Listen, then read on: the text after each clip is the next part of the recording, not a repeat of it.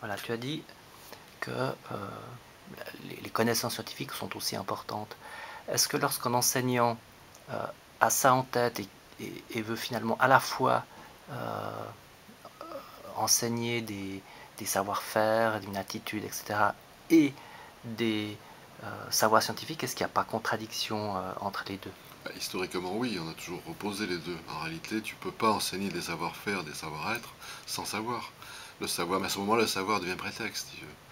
Tu cherches pas forcément à connaître le nombre de pétales qu'il y a sur une fleur, mais à travers le nombre de pétales qu'il y a sur une fleur, tu vas essayer de travailler sur la classification, par exemple. Et à ce moment-là, faire comprendre que si on classe, c'est parce qu'on a des raisons derrière.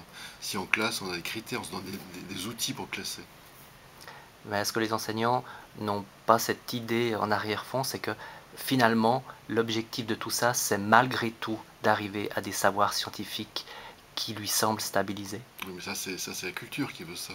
Aujourd'hui, les savoirs scientifiques sont jamais stabilisés de toute façon, parce que les savoirs scientifiques évoluent avec le monde. Et ce qui était vrai il y a 500 ans n'est pas plus forcément vrai aujourd'hui.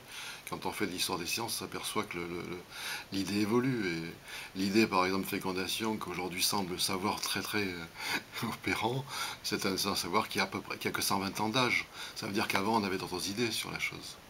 Peut-être dans quelques temps, les idées comme la cellule, par exemple, ou l'ADN vont être remises en question. Ce qui ne veut pas dire qu'il ne faut pas apprendre, mais il faut penser que ces savoirs-là sont des étapes, des paliers. C'est des savoirs qu'il faut qu'ils soient biodégradables pour pouvoir avancer.